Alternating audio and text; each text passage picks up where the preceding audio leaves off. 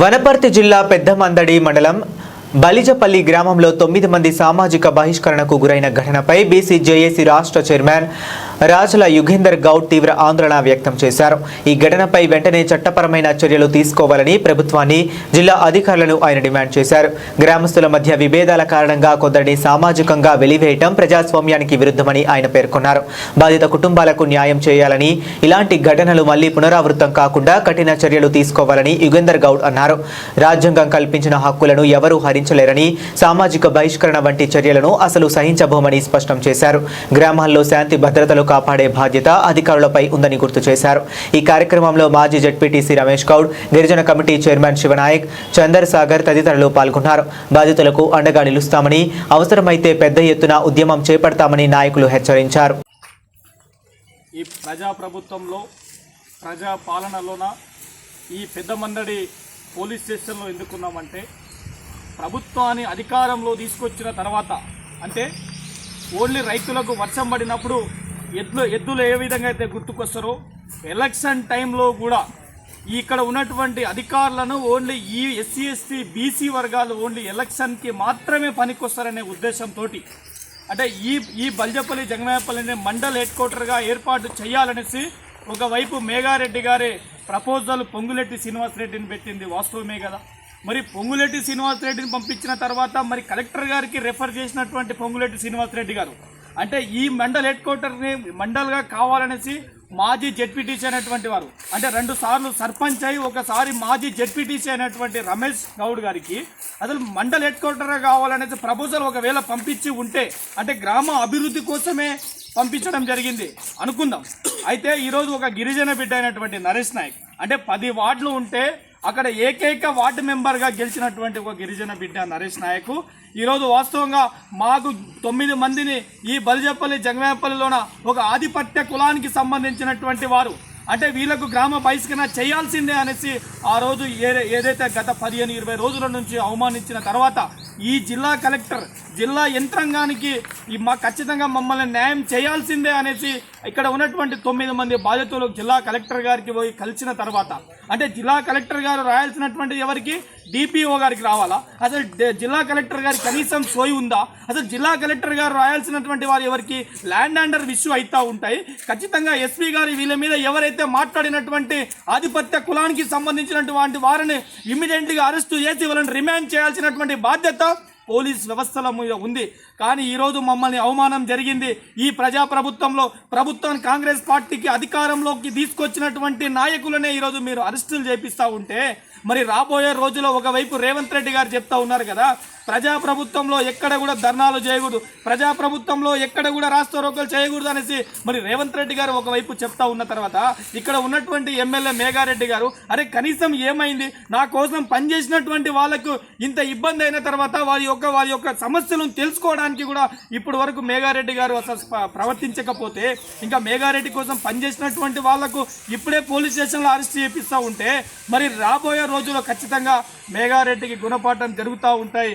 డెఫినెట్గా చెప్తా ఉన్నాము, ఈ గెలుపు కోసం పనిచేసినటువంటి నాయకులము బీసీ వర్గ బలిజపల్లి గ్రామంలో రాస్తారోకో చేయడం జరిగింది. దేని కొరకంటే, మేము గతంలో 2024లో ఎమ్మెల్యే గారు, ఆయన అంతకంటే ముందు ఎంపీగా చేసిండు కాబట్టి ఆయనకు మా 2 ఊర్ల గొడవలు అన్నిటి అవగాహన ఉండి, ఈ గొడవలు ఇట్లే ఉంటాయని ఎలక్షన్లో భాగంగా ఏం చెప్పిందంటే, నేను గెలిచిన వెంబడే మీ 2 ఊర్లు ఒకటి చేసి మండల కేంద్రంగా చేస్తా అని మాటిచ్చిండు. దాని ప్రకారంగానే ఆయన ఏం చేసిండు, పొంగులేటి శ్రీనివాసరెడ్డికి వెల్టూరు, సోలిపూరు అండ్ జంగమాయపల్లి అని 3 ఊర్లు ప్రపోజల్ పంపడం జరిగింది. ఆ పంపిన ప్రపోజల్ నాకు వాట్సాప్లో పంపించి మీ ఊరు మండలి చేస్తున్నా అని అన్నాడు. అది చూసి నేను జంగమాయపల్లి పేరు చూడంగానే, విలీనం జంగమాయపల్లిలో చేస్తే ఊర్లో గొడవలు అయితే పెద్దగా అట్లా బాగుండదంటే, సరే ఏదన్నా పేరు మార్చేది ఉంటే నేను కలెక్టర్ చెప్తే పోయి కలెక్టర్ గారిని కలవండి అని చెప్పిండు. పోయి కలెక్టర్ను కలిస్తే కలెక్టర్ గారు ఇట్లా ఓవరాల్గా కాదు, మీరు ఏదన్నా ఒకటి అప్లికేషన్ ఇస్తే దానికి మేము ఇదైతామంటే, నేను మంజునాథపురం అనే ఊరు పెట్టండి అని చెప్పి ఒకటి అప్లికేషన్ ఏదో ఒకటి ఇవ్వాలి కదా, ఇచ్చినాక దానికి కలెక్టర్ గారు స్పందించి ఏం చెప్పిందంటే, ఇది గ్రామ పంచాయతీ ఒకటి కాదు, 2 బలిజపల్లి గ్రామ పంచాయతీ, జంగమాయపల్లి గ్రామ పంచాయతీ కాబట్టి రెండింటికి గ్రామ సభలు జరిపి ఏకాభిప్రాయం వస్తేనే ఆ పేరు మారవడానికి వస్తుంది, లేకపోతే లేదు అని కలెక్టర్ గారు చెప్పడం జరిగింది. దాని తర్వాత ఆడ చెప్పిన విషయం అట్లా అప్లికేషన్ ఇచ్చి ఊరికి వచ్చిండ్రో లేదో రాఘవేందర్ రెడ్డి, నరసింహ, మహమూద్ను వీరభద్రుని గుడి కాడ కొట్టిండ్రు. అరే మీరు ఊరిని అమ్మిండ్రు రాని. ఇప్పుడు ఊరును అమ్మడం ఏంది? అందుట్లో గతంలో ఇప్పుడు అక్కడ ఉన్న వ్యక్తులు ఎవరైతే ఉన్నారో అందరు చదువుకున్న వాళ్ళు, సంస్కారం ఉన్న వాళ్ళే ఉన్నారు. ఒక పేరు మనం పేరు మార్చుకోవాలంటేనే ఒక అఫిడవిట్ పెట్టి కోర్టుకు పోయి పేపర్ స్టేట్మెంట్ ఇస్తేనే మన పేరు సవరణ చేసుకుంటాం. అటువంటిది ఒక ఊరు పేరు మారవడం అనేది అది ఎవరికో సాధ్యమయ్యేది. అది గవర్నమెంట్ క్యాబినెట్లో పెట్టి గవర్నమెంట్ ఇచ్చేస్తేనే అయ్యేది. అది మన లెవెల్ పని కాదు. అటువంటిది వ్యక్తిగతంగా కుట్రలు పెట్టుకొని కొట్టిచ్చేస్తే ఇదే పోలీస్ స్టేషన్లో కేసు చేసినాము. ఆ కేసు అట్లే ఉంది. దాని తర్వాత మళ్ళీ ఒక వారంలో ఏదో మీటింగ్ ఉంటే వీళ్ళు అక్కడ గుడి దగ్గరికి పోతే మీరు ఊరు నమ్ముకున్న వాళ్ళు కాబట్టి మీకు గుడి ప్రవేశం లేదని బహిష్కరించినప్పుడు ఒక కేసు పెట్టినాం ఇక్కడ. ఆ కేసు అట్లే పెండింగ్ ఉంది. అది కేసు ఫైల్ కాలే, కేసు రిజిస్ట్రేషన్ కాలే. దాని తర్వాత ఇంకా ఆ సమస్య అనేది ఇదైంది. రీసెంట్గా ఏమైంది, ఏప్రిల్ 1st వీక్లో చాటింపు వేసిండ్రు. ఊర్లో ఈ పండుగలు చేసుకోవాలి, మనం వీరభద్రుని గుడి కాడ సమావేశం కావాలంటే నేను వనపర్తిలో ఉంటే నా కార్యకర్తలు చెప్తే పోయినా. కరెక్ట్ 10 గంటలకు పోతే అప్పటికి అందరు కూర్చొని ఉన్నారు. అక్కడ నరసింహారెడ్డి అనే వ్యక్తి నీ వంతుగా ఏమిస్తావు అంటే మీరేం చెప్తే నేను అది ఇస్తాను అంటే, నువ్వు అయ్యగాళ్ళకు పూజారులకు అయ్యే ఖర్చు పెట్టుకో అంటే, నేను పూజారికి ఫోన్ చేసి అయ్యా ఎంత అవుతుందంటే 2 లక్షల రూపాయలు అవుతుందంటే, సరే నేను ఆ 2 లక్షలు ఇస్తా అని చెప్పిన తర్వాత నా పక్కనే రాములు ఉన్నాడు. రాములకి ఏం చెప్పినంటే పోషమ్మ గుడికి ఏదైతే ఆ లేబర్ ఛార్జ్ అవుతుందో నువ్వు పెట్టుకుంటే ఆయన సరే అన్నాడు. ఆయన సరే అన్నబడి అక్కడ ఉన్న స్థానిక సర్పంచి దానికి కావాల్సిన స్టీల్ ఇప్పిస్తా అన్నాడు. అప్పటికి బాగానే అయింది. ఆ లాస్ట్ మూమెంట్లో మాజీ ఉంటే కొంతమంది వ్యక్తులు ఆధిపత్యం వర్గాలకు చెందినటువంటి చెలాయించే కొందరు వ్యక్తులు ఈ యొక్క 9 మందిని బహిష్కరించండి, ఈ 9 మందిని మనకు అవసరం లేదు, చందాలు కూడా నీవు అని చెప్పి కొందరు రెడ్డిస్ దగ్గర, కొందరు వెల్మల దగ్గర చందాలు తీసుకుని కానీ మిగతా వాళ్ళు అవసరం లేదని చెప్పి 9 మందిలో మాజీ జడ్పీటీసీ 2 సార్లు సర్పంచ్ చేసిన వ్యక్తి రమేష్ గౌడ్ గారు ఉన్నారు. అదేవిధంగా ఎస్సీకి సంబంధించిన ఉన్నారు, ఎస్టీ సామాజిక వర్గం ఉన్నారు, మైనారిటీ సామాజిక ఉన్నారు, తర్వాత రెడ్డి సామాజిక వర్గం ఒకరు ఉన్నారు. మరి 9 మంది చందాలు అడగొద్దని చెప్పినప్పుడు మళ్ళీ ఆ రెడ్డి సామాజిక వర్గం చెందిన మాత్రం నీవు చెందాలి, మిగతా వాళ్ళు వద్దని చెప్పి బహిష్కరణ చేసిండ్రు. అంటే మనకు స్వాతంత్రం వచ్చి 80 సంవత్సరాలు అవుతున్నా కూడా ఇంకా ఈ యొక్క కుల వివక్ష మాత్రం పోలేదు.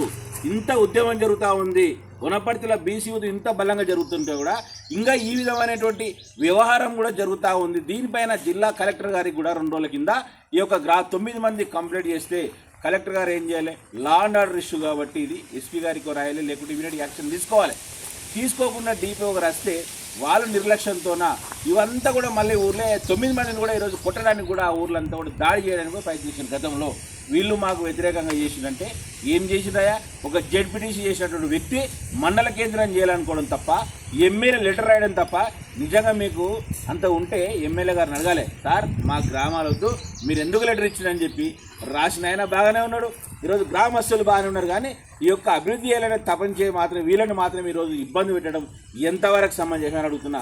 అదేవిధంగా మళ్ళీ 3 రోజులు ధర్నా చేసినటువంటి వాళ్ళని ఏమనలేదు, కలెక్టర్ గారికి ఇస్తే రెస్పాండ్ కాలేదు.